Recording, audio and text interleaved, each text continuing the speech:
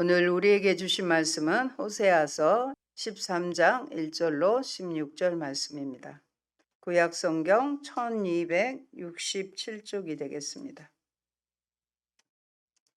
8절까지 합독하도록 하겠습니다. 에브라임이 말을 하면 사람들이 떨었도다.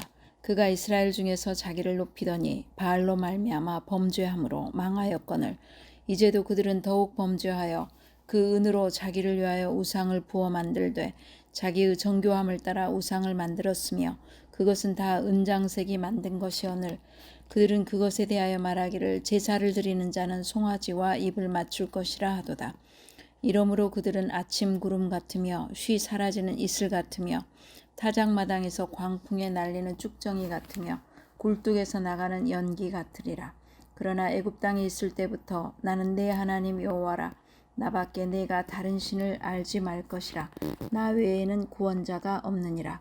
내가 광야 마른 땅에서 너를 알았거늘 그들이 먹여준 대로 배가 불렀고 배가 부르니 그들의 마음이 교만하여 이로 말미암아 나를 잊었느니라. 그러므로 내가 그들에게 사자 같고 길가에서 기다리는 표범 같으니라. 내가 새끼 잃은 곰같이 그들을 만나 그의 염통 껍불을 찢고 거기서 암사자같이 그들을 삼키리라. 들짐승이 그들을 찢으리라. 아멘. God is good all the time. 하나님 언제나 선하신 분이십니다. 오늘 우리에게 주신 말씀은 호세아 13장 1절로 16절입니다. 마음이 교만하여 나를 잊었느니라. 마음이 교만하여 나를 잊었느니라는 말씀의 제목입니다. 호세아 13장은 9편의 설교 가운데 8번째 설교입니다. 호세아서의 주제는 이스라엘의 범죄와 하나님의 심판, 그리고 심판을 뛰어넘는 미래의 구원과 약속입니다. 호세아가 실제로 선포한 메시지의 결론 부분에 해당하는 것으로 크게 이스라엘의 죄에 대한 하나님의 심판으로 되어 있습니다. 호세아 선지자는 이스라엘 백성이 자멸의 길로 가고 있는 것에 대해서 대단히 가슴 아파했습니다. 그래서 너희가 회개하면 언제라도 구원해 주시니 회개하고 돌아오라는 메시지를 증거했음에도 불구하고 이스라엘 백성은 계속해서 완강하게 하나님의 말씀을 거부했습니다. 그리하여 이스라엘은 다가오는 멸망을 피할 길이 없게 되었습니다. 목자이신 하나님께서 맹수로 돌변하셔서 말씀하십니다. 13장은 이스라엘의 과거 역사를 회상하는 고발의 메시지로 시작합니다. 첫째, 우상 숭배자들에게 미래는 없다입니다. 3절까지 말씀입니다. 1절이 과거의 범죄를 다룹니다. 돈이 많아지고 먹을 것이 풍족하니까 자기를 높인다는 것입니다. 이것이 곧 자기 숭배, 우상 숭배인 것입니다. 2절의 말씀은 현재의 범죄이고요. 3절은 그에 대한 하나님의 심판 선고를 다룹니다. 1절에 언급된 에브라임은 북이스라엘의 중심을 이루는 에브라임 지파를 가리킬 수도 있지만 좁은 의미로 사마리아 왕궁에 있는 에브라임 산지를 가리킬 수도 있습니다. 사마리아에서 지난 20여 년 동안 시행한 각종 정치적 결정들은 북이스라엘과 유다의 다른 지역들에 두려움과 공포심을 심어주었을 것입니다. 그 대표적인 사례 중에 하나가 바로 아람과 북이스라엘의 군사동맹입니다. 그러나 당당하던 북이스라엘의 위세는 오래 가지 못했습니다. 하나님께서 바알을 숭배하던 그들을 크게 벌하셨기 때문입니다. 그들은 과거에 바알 부월 사건으로 인해 2만 4천 명이나 목숨을 잃은 적이 있었습니다. 죄는 파괴의 능력이 있습니다. 그러나 심판을 받아도 아무 소용이 없었습니다. 이스라엘은 계속해 금송아지를 비롯해 많은 우상들을 섬겼습니다. 이에 대해 하나님께서 다시금 이스라엘을 벌하실 것이기에 호세아는 이를 자연계에서 가져온 네 가지 은유를 통해 표현합니다. 3절의 말씀 봅니다. 이러므로 그들은 아침 구름 같으며 쉬 사라지는 이슬 같으며 다장 마당에서 강풍에 날리는 쭉정이 같으며 굴뚝에서 나가는 용기 같으리라. 금세 없어질 안개, 쉽게 사라지는 이슬, 다장마당에서 거센 바람에 날리는 쭉정이, 굴뚝에 나는 용기로 비유합니다. 여러분, 이스라엘을 향한 하나님의 심판은 이스라엘의 계약 관계 위반에서 기인합니다. 하나님과 이스라엘 사이의 계약 관계는 십계명의 처음 두 계명에 가장 잘 요약되어 있습니다. 이스라엘은 하나님이 아닌 다른 신들, 특히 바알을 섬기는 잘못을 범함으로써 십계명의 첫 번째 계명과 두 번째 계명을 위반했습니다. 그 결과로 그들은 계약에 규정된 저주와 심판을 받게 될 것입니다. 오늘의 그리스도인들도 예외일 수는 없습니다. 하나님이 아닌 것들을 하나님보다 앞세우는 모든 태도는 우상 숭배에 해당하기 때문입니다. 그런데 불행하게도 우리 주변은 온통 우상의 숭배를 부추기는 문화들로 가득 차 있습니다. 축제라는 이름으로 전통을 지킨다는 이름하에 자연스레 우상을 숭배하는 풍조를 만들어내고 있습니다. 그러나 이런 때일수록 우상 숭배 행위는 하나님의 심판과 그로 인해 신속한 멸망을 초래한다는 사실을 결코 잊어서는 안 되겠습니다. 말씀을 찾아보겠습니다. 신명기 4장 25절로 26절 함께 보십니다. 내가 그 땅에서 아들을 낳고 손자를 얻으며 오래 살 때에 만일 스스로 부패하여 무슨 형상의 우상이든지 조각하여 내 하나님 여호와 앞에 악을 행함으로 그의 노를 일으키면 내가 오늘 천지를 불러 증거를 삼노니 너희가 요단을 건너가서 얻는 땅에서 속히 망할 것이라. 너희가 거기서 너희의 날이 길지 못하고 진멸될 것이니라고 경고하셨습니다. 둘째, 목자이신 하나님께서 맹수로 돌변하시는 이유입니다. 8절의 말씀까지입니다. 4절의 말씀 보면 하나님께서 자신에 대해 소개하십니다. 자신의 다른 구원자가 없음을 강조하셨어요. 하나님 외에는 구원자가 없다고 하나님 스스로 말씀하신 거예요. 4절 말씀 볼까요? 그러나 애굽 땅에 있을 때부터 나는 내 하나님 여호와라.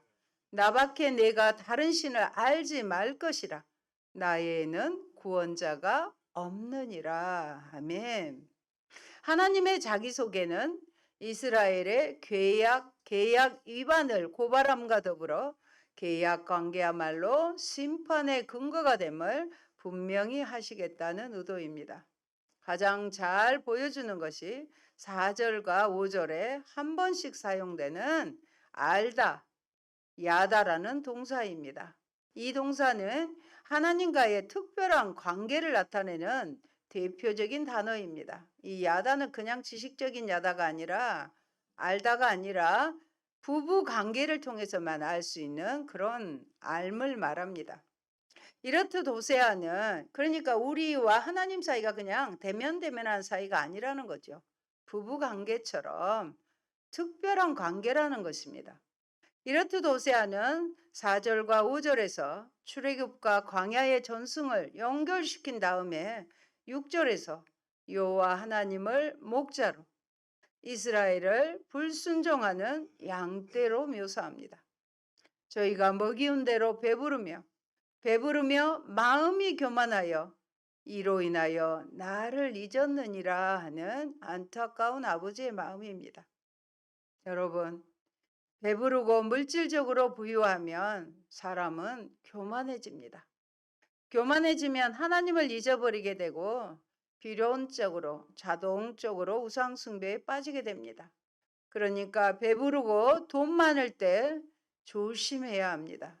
하나님께서 광야에서 만나와 메추라기와 신선한 물로 이스라엘을 먹이시고 또 가나안 땅에서는 그 지역의 곡식으로 배불리 먹이셨습니다.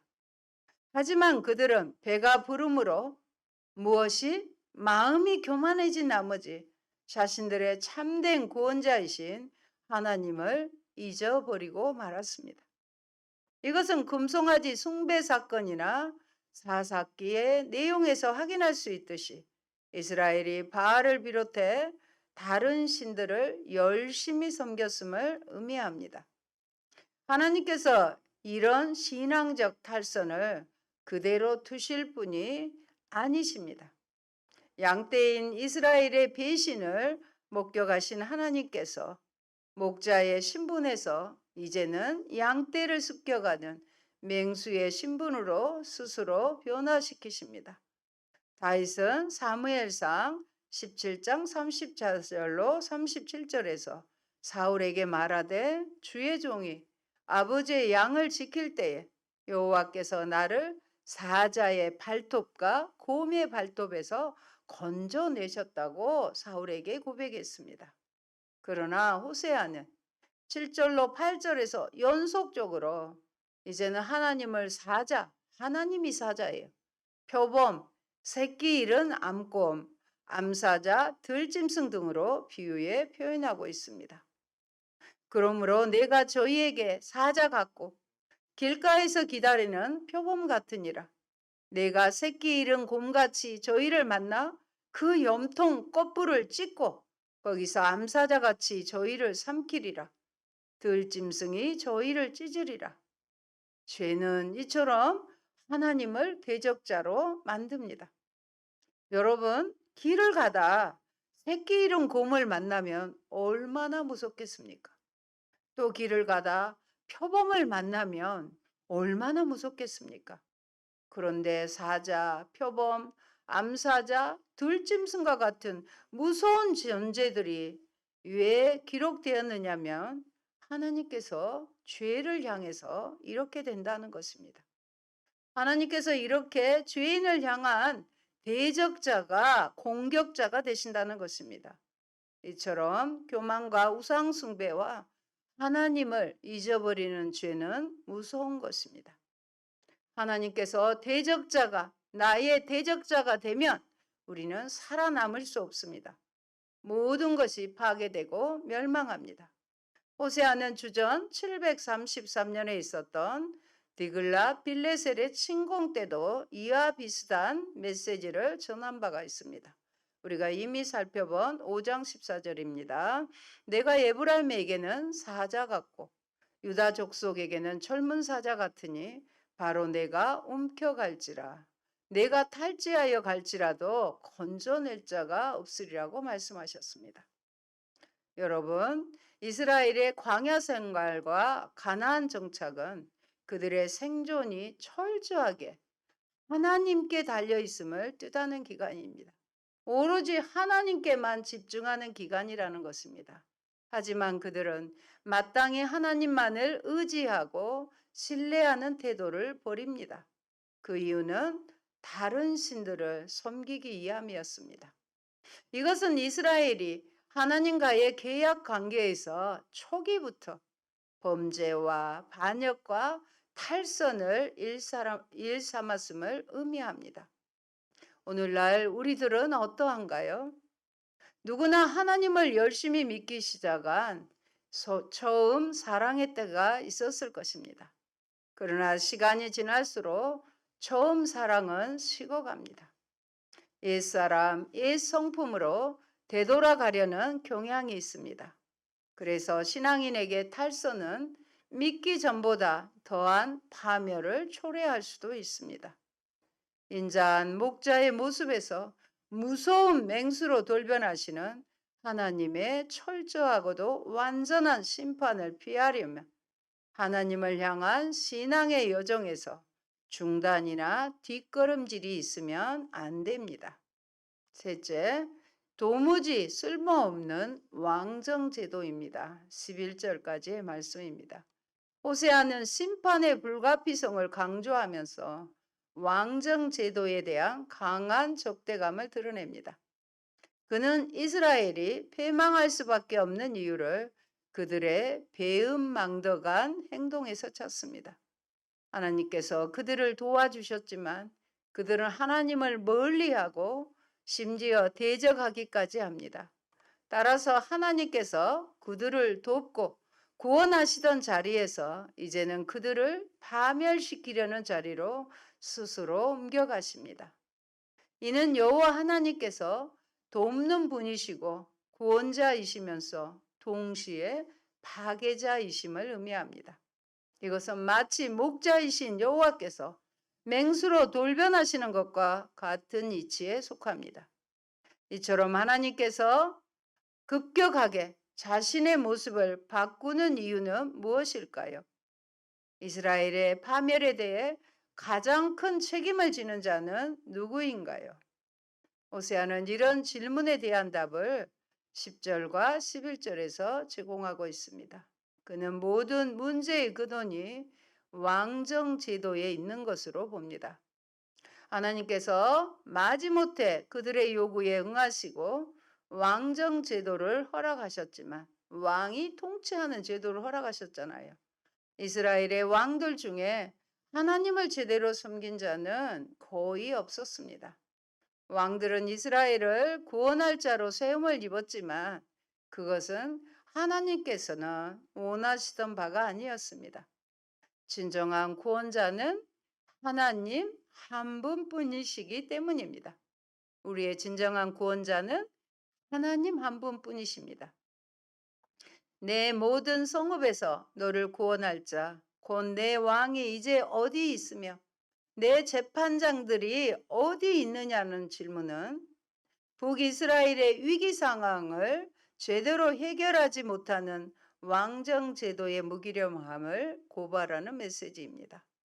호세아 당시 주전 725년에 북이스라엘은 실제로 아스르의 왕 살만에셀 5세의 공격을 받았는데 마지막 왕인 호세아는 무기력하게 조공을 바치는가 하면 결국 감옥에 갇히는 신세가 되고 맙니다. 왕의 통치를 돕는 재판장들이라고 예일 수 없습니다. 그들도 아무런 도움을 주지 못하기는 마찬가지입니다.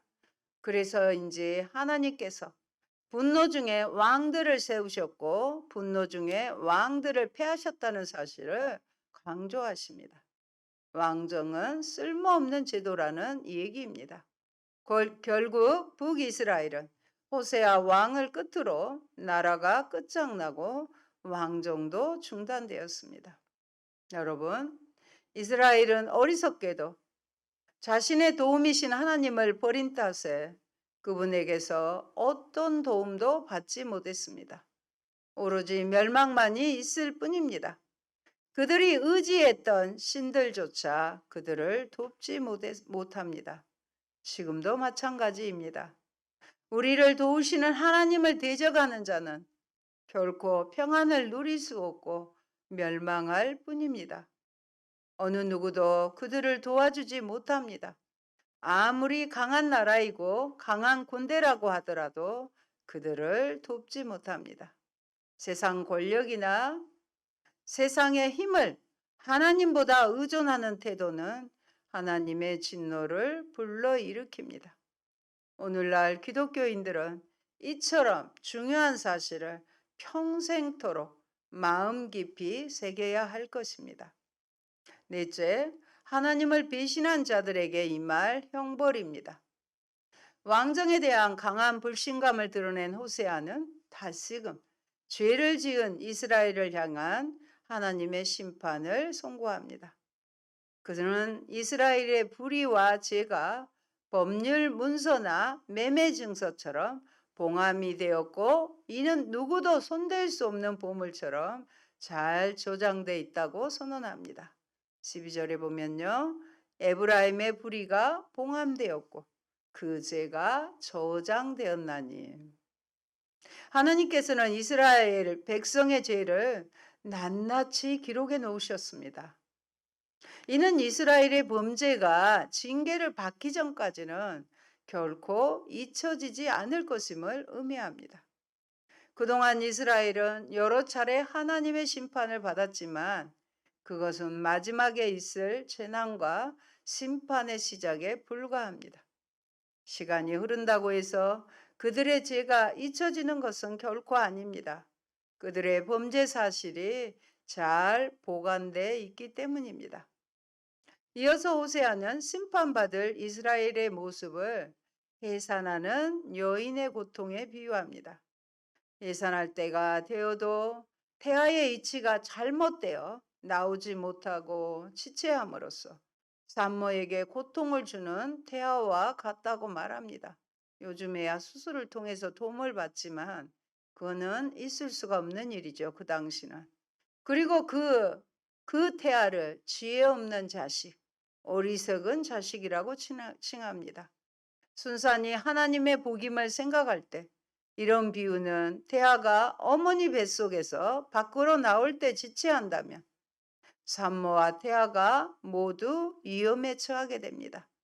이와 같이 북이스라엘의 대부분의 사람들이 하나님의 회개 촉구에 대해서 지체함으로써 멸망할 수밖에 없음을 단식한 것입니다. 어린아이를 낳다가 죽을 수도 있는 그 상황, 회개를 지체하게 되면 결국 멸망할 수 없다는 것입니다. 이스라엘의 파멸은 14절에 이어지는 여호와 하나님의 혼잣말에서 더욱 분명하게 나타납니다. 14절 같이 봅니다. 내가 그들을 수월의 권세에서 속량하며 사망에서 구속하리니 사망아 내 재앙이 어디 있느냐 수월아 내 멸망이 어디 있느냐 뉘우침이 내 눈앞에서 숨으리라. 내가 저희를 음부의 권세에서 속량하랴로 시작하여 계속되는 질문들을 통해 수월을 음부라고도 하지요. 사망에게 이스라엘을 속히 벌하지 않고 어디에 있느냐고 묻고 있습니다. 특히 사형을 집행하지 않고 무엇을 하고 있느냐는 것입니다. 이런 질문의 의도는 마지막에 뉘우침이 내 눈앞에서 숨으리라는 구절에 의해 뒷받침됩니다. 한마디로 이제 내게 동정심 같은 것은 없다는 것입니다. 이로써 하나님께서 이스라엘에게 더 이상 긍휼을 베풀지 않으실 것임을 분명하게 밝히십니다. 호세아는 이스라엘에게 닥칠 죽음의 형벌을 동풍, 곧 광야에서 일어나는 여호와의 바람에 의해 모든 물의 근원이 마르고 값진 보물들이 약탈당하는 재난으로 묘사합니다. 설령 이스라엘이라는 나무가 결실기를 맞이했다고 해도 하나님께서 동풍과 같은 파괴적인 아수르 군대를 불러일으켜 북이스라엘을 심판하겠다는 의지를 담고 있습니다. 15절 말씀은요. 그가 비록 형제 중에서 결실하나 동풍이 오리니 여기에서 동풍은 굉장히 뜨거운 바람이에요. 다 모든 것을 말라 살라버리게 되는 것입니다. 곧 광야에서 일어나는 여호와의 바람이라. 그의 근원이 마르며 그의 샘이 마르고 그 쌓아둔 바 모든 보배의 그릇이 약탈되리로다 라고 기록합니다. 이를 16절에서 하나님을 배반한 사마리아 거주민들에게 닥칠 무시무시한 세 가지 형벌로 달리 표현하고 있습니다. 16절 보시면요. 사마리아가 그들의 하나님을 배반하였으므로 형벌을 당하여 칼에 엎드려질 것이요. 그 어린아이는 부서뜨려지며 아이벤 여인은 배가 갈라지리라. 끔찍하지요. 칼에 엎드려지고요. 어린아이들이 부서지며 임산부의 배가 갈릴 것이라는 것입니다. 이스라엘을 향한 하나님의 심판에는요. 애누리가 없습니다. 회개하라 할 때까지는 하나님이 자비를 베푸시고 용기시켜 주시지만 심판이 시작이 되면 애누리가 없다는 사실 기억하셔야 됩니다. 하나님께서 범죄에 상응하는 심판의 내용을 낱낱이 기록에 보관하셨다가 정해진 때가 되면 가차없이 심판을 실행하십니다. 음부와 사망까지도 심판의 도구로 활용하시는 하나님께서 잔인한 아수르 군대를 불러일으켜서 이스라엘의 모든 백성, 심지어 가장 연약한 어린아이들까지도 철저하게 심판하실 것입니다. 이스라엘은 바알을 비롯한 이방 신들을 통해 생명과 부요를 얻고자 했지만 도리어 생명과 풍요의 주인이신 하나님께 그 모든 것을 완전히 빼앗길 것입니다. 실제로 북이스라엘의 수도인 사마리아는 3년 동안이나 아수르 군대에 의해 포위당했다가 완전히 망하고 맙니다. 16절에 처참한 결과들이 발생할 것입니다. 여기서 우리는 인간의 범죄는 어떤 형태로든지 하나님의 심판을 받게 된다는 귀중한 교훈을 얻을 수 있습니다. 어느 누구도 하나님 앞에서 피하지 못합니다. 인간의 죄는 하나님 앞에 결코 감춰질 수 없습니다. 머리털까지 세시는 하나님 앞에 감히 누가 피할 수 있겠습니까? 사랑하는 성도 여러분, 우리 인간의 도움은 하나님께만 있습니다. 우리의 도움은 하나님뿐이십니다. 그리고 하나님께서는 예수 그리스도를 통해서만 우리에게 도움을 주십니다. 하나님의 도움이란 둘러쌈, 서라운딩이라는 의미입니다. 우리는 죄로 말미암아 멸망당해야 하고 사망에서 음부에 영원히 있을 수밖에 없는데 예수 그리스도를 믿으면 예수님께서 나를 둘러싸시는 것입니다. 여러분께서 항상 예수님을 둘러싸고 계신 것을, 예수님이 항상 여러분을 둘러싸고 계신 것을 믿으시고 예수님과 동행하시기를 주님의 이름으로 축원합니다. 아멘. 좋으신 아버지 감사합니다. 세상에서부터 우리를 구원하신 자는 여호와 한 분뿐이라고 주님 말씀하셨습니다. 부부관계처럼 하나님은 우리와 특별한 관계를 맺으셨는데 이스라엘이 범죄하고 하나님을 떠나 우상들을 섬길 때 하나님의 심판은 애누리가 없는 것을 봅니다. 그 자비하신 하나님이 맹수로 변하여 이제는 찢으시고 멸망시키는 대적자가 되는 것을 말씀을 통해 봅니다. 주님, 우리도 주님과의 특별한 관계 속에서 주님의 첫사랑을 다시 기억하며 주님과 합당하지 못했던 것 철저하게 회개하며 다시 주님께 돌아서게 하여 주시고 우리를 참 구원자 되시는 하나님만을 온전히 따라가는 저희가 되게 하옵소서.